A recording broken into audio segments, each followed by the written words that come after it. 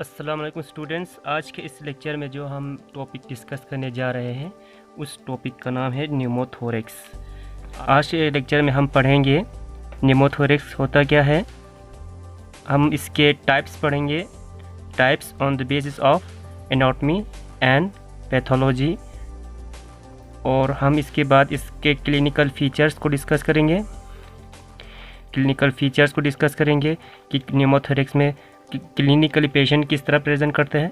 उसके बाद हम डिस्कस करेंगे इन्वेस्टिगेशंस जो हमें करने होते हैं न्यूमोथोरेक्स के लिए। उसके बाद हम डिस्कस करेंगे मैनेजमेंट को डिस्कस करेंगे। और स्टार्ट करते हैं। न्यूमोथोरेक्स होता क्या है। Pneumothorax basically presence of air inside the pleura. ठीक है, प्लूरल स्पेस के अंदर एयर के प्रेजेंस को हम न्यूमोथोरेक्स कहते हैं।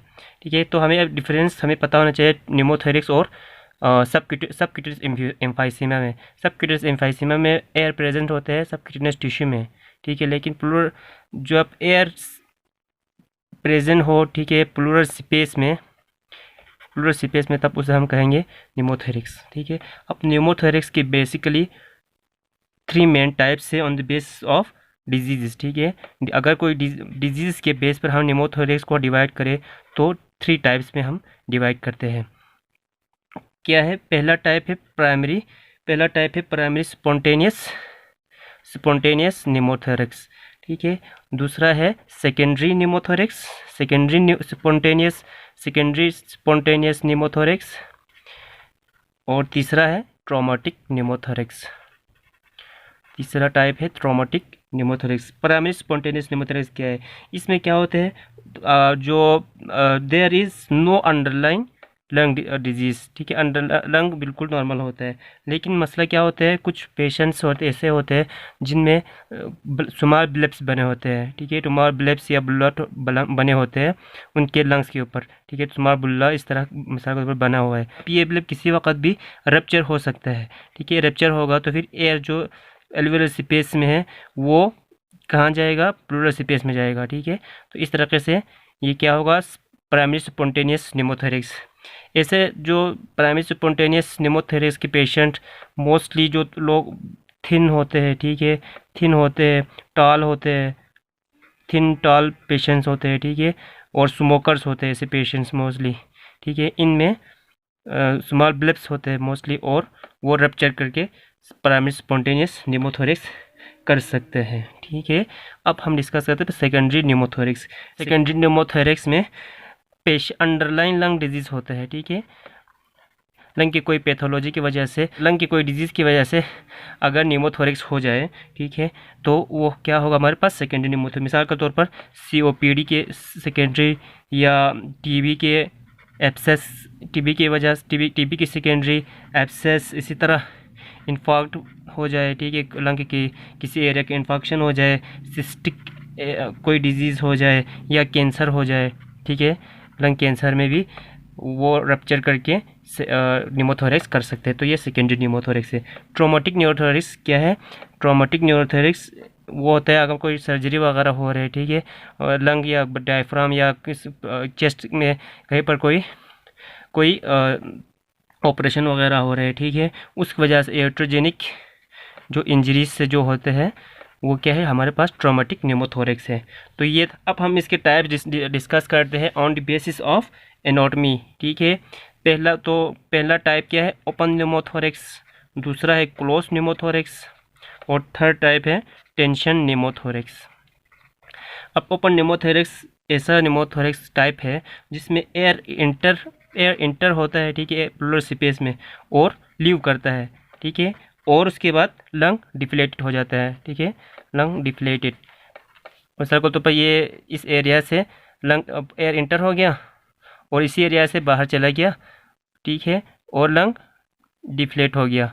ठीक है, डिफ्लेट हो गया, छोटा मतलब वो लंग अपने क्या कहते साइज पे आ गया। ठीक है, तो ये क्या है हमारे पास ओपन न्यूमोथोरेक्स है। ठीक है, क्लोज न्यूमोथोरेक्स में एयर इंटर होता है, ठीक है, और उसके बाद डिफ्लेट होते वक्त, ठीक है, जब डिफ्लेट हो रहे हो लंग डिफ्लेट हो रहे हो, ठीक है, उस वक्त क्या होते हैं, वाल्व क्लोज हो जाते हैं। वाल्व क्लोज हो जाता है। अब लंग क्या है, मिसाल अभी क्लोज न्यूमोथोरैक्स में एयर इंटर हो रहा है, ठीक है, एयर इंटर हो रहा है, लेकिन जब लंग जब डिफ्लेट होगा, लंग जब अभी लंग इन्फ्लेटेड है, अगर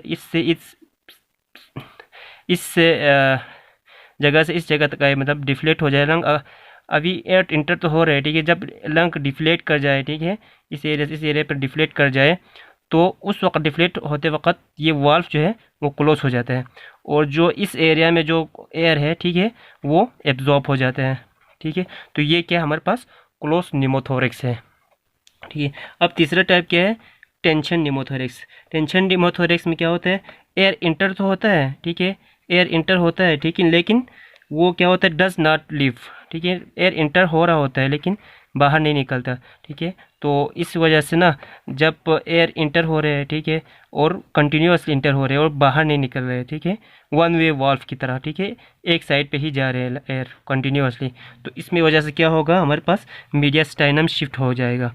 मीडियास्टाइनम शिफ्ट हो जाएगा, जो लंग है, ठीक है, जो हार्ट है, ठीक है, वो सारा, और ट्रेकिया, सारा कुछ अपोजिट साइड पे शिफ्ट हो जाते हैं, ठीक है। अब हम डिस्कस करते हैं क्लिनिकल फीचर्स, कौन कौन से क्लिनिकल फीचर्स आएंगे। अब एयर इन प्लूरल स्पेस की वजह से जो हमने देखना होता है कि इसकी वजह से क्या क्या मसले हो सकते हैं। अब जो है एयर है वो हमारे प्लूरल स्पेस में एक्यूमुलेट हो रहे हैं, ठीक है, प्लूरल स्पेस में एक्यूमुलेट हो रहे हैं, तो अब उस वजह से क्या होगा, पेशेंट को यूनिलेटरल चेस्ट पेन हो जाएगा, यूनिलेटरल चेस्ट पेन हो जाते हैं, ठीक है। उसके अलावा ब्रेथलेसनेस हो जाते हैं। ब्रेथलेसनेस इसलिए होते हैं क्योंकि लंग जो चेस्ट कैविटी है, ठीक है, उसमें लंग के लिए स्पेसिस कम पड़ रहे हैं, ठीक है, एयर की वजह से, ठीक है, इस वजह से वेंटिलेशन कम होगा, ठीक है, और पेशेंट को ब्रेथलेसनेस होगा, ठीक है। उसके बाद अब जब हम एक्सकल्टेट करते हैं, ठीक है, तो हमें ब्रेथ साउंड रिड्यूस मिलता है, ब्रेथ साउंड्स हमें रिड्यूस मिलता है। उसके अलावा हमें या एब्सेंट, जब लार्ज एयर अगर उसमें एक्यूमुलेट हो जाए प्लूरल स्पेस में, तो ब्रेथ साउंड एब्सेंट मिल जाता है, लार्ज में एब्सेंट मिल जाता है, ठीक है, ब्रेथ साउंड हमें नहीं मिलता ऑस्कल्टेशन पे। उसके बाद जब हम परकस करते हैं तो फिर हमें क्या नोट मिलता है, एयर की वजह से हाइपर रेजोनेंट नोट मिलता है, ठीक है, हाइपर रेजोनेंट नोट हमें परकशन पे मिलेगा, ठीक है। अब एक बंदे को टेंशन न्यूमोथोरैक्स है, तो उसमें क्या क्या सिम्टम्स आएंगे, ठीक है। तो उसमें ना जब टेंशन न्यूमोथोरैक्स होते हैं तो क्या हो जाते हैं, टेंशन न्यूमोथोरैक्स में रैपिडली ब्रेथलेसनेस हो जाता है, पेशेंट को अचानक तेज सांस चढ़ते हैं, ठीक है, रैपिड ब्रेथलेसनेस हो जाता है, ठीक है। उसके साथ साथ ये क्या हो जाता है, प्रोग्रेसिव होता है, वक्त के साथ साथ फ़ौरन, और वक्त के साथ साथ ये प्रोग्रेस करता जाता है, ठीक, ब्रेथलेसनेस। उसके साथ साथ टेकिकार्डिया होगा, ठीक है, अगर उसके साथ आजकल टेस्ट करोगे, उसके साथ टेकिकार्डिया होता है, उसके साथ हाइपोटेंशन होती है, ठीक, हाइपोटेंशन, साइनोसिस होगा, ठीक है, क्योंकि वेंटिलेशन सही नहीं होगा और ठीक है, मेरे सिस्टम शिफ्ट कर रहे हैं, ठीक है, टेकिकार्डिया और साइनोसिस होगा। उसके साथ ट्रेकिया, अभी ट्रेकियल, अब जब हम ट्रेकिया को पाल्पेट करेंगे तो ट्रेकिया डिस्प्लेस हमें मिलेंगे, ठीक है, डिस्प्लेस मिलेंगे। तो ये सारे जो है मेन सिम्टम्स है, ठीक है, या साइंस है जो हमें टेंशन न्यूमोथोरैक्स की वजह से पेशेंट में मिलते हैं, ठीक है। अब हम डिस्कस करते हैं इन्वेस्टिगेशंस को।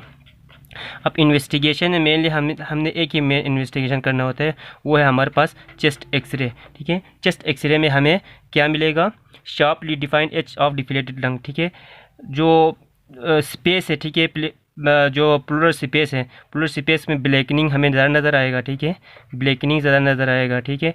उसके बाद हम सीटी स्कैन कर सकते हैं, ठीक है, सीटी स्कैन डिफ़िकल्ट केसेस में हम सीटी स्कैन भी करते होते हैं, ठीक है। अब हम पढ़ते हैं मैनेजमेंट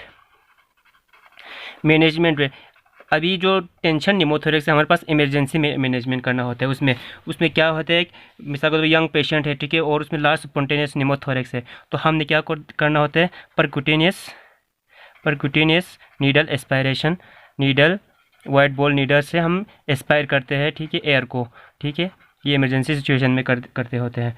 अभी उसके अलावा इंटरकोस्टल ट्यूब डालते हैं, ठीक है, ट्यूब ड्रेनेज करते हैं, चेस्ट ट्यूब डालते हैं। उसके अलावा हमने टेंशन निमोथोरेक्स में किस तरह कैनुला डालना है, ठीक है। पहले हमने पेशेंट को ऑब्जर्व करना है, ठीक है। स्पॉन्टेनियस निमोथोरेक्स पहले ऑब्जर्व करना है। ऑब्जर्व करने के बाद हमने क्या करना है, ब्लड कैनुला उसकी ब्लड कैनुला से एस्पायर करना है, ठीक है। एस्पायर करने के बाद ताकि हमारे पास थोड़ा टाइम मिल जाए चेस्ट ट्यूब डालने के लिए, ठीक है। दो ड्रेन को प्रिपेयर करने के लिए हमारे पास टाइम मिल जाए, ठीक है। उसके बाद हम ड्रेन डालते हैं, ठीक है। ड्रेन कहाँ डालते हैं, 4th या 5th या 6th इंटरकोस्टल स्पेस में, ठीक है। 4th 5th या 6th इंटरकोस्टल स्पेस में डालते हैं, ठीक है। उसके इन मिड एक्सिलरी लाइन में, ठीक है। मिड एक्सिलरी लाइन में ट्रायंगल सेफ्टी में डालते हैं, ठीक है। और उसको कनेक्ट करते हैं अंडर वाटर सील के साथ, ठीक है। अंडर वाटर सील के साथ कनेक्ट करते हैं, ठीक है। इस तरीके से हम एयर को ड्रेन कर सकते हैं। उसके अलावा हम ऑक्सीजन देंगे, ठीक है, पेशेंट को। उसके अलावा हम सर्जिकल फ्लूरोडेसिस कर सकते हैं। सर्जिकल फ्लूरोडेसिस अगर कोई ब्लब वगैरह बना हुआ है, ठीक है, उसके लिए फ्लूरोडेसिस कर सकते हैं। अगर उसका सेकेंडरी निमोथोरेक्स कास है तो हम सर्जिकल फ्लूरोडेसिस कर सकते हैं, ठीक है। तो दिस इज ऑल अबाउट निमोथोरेक्स।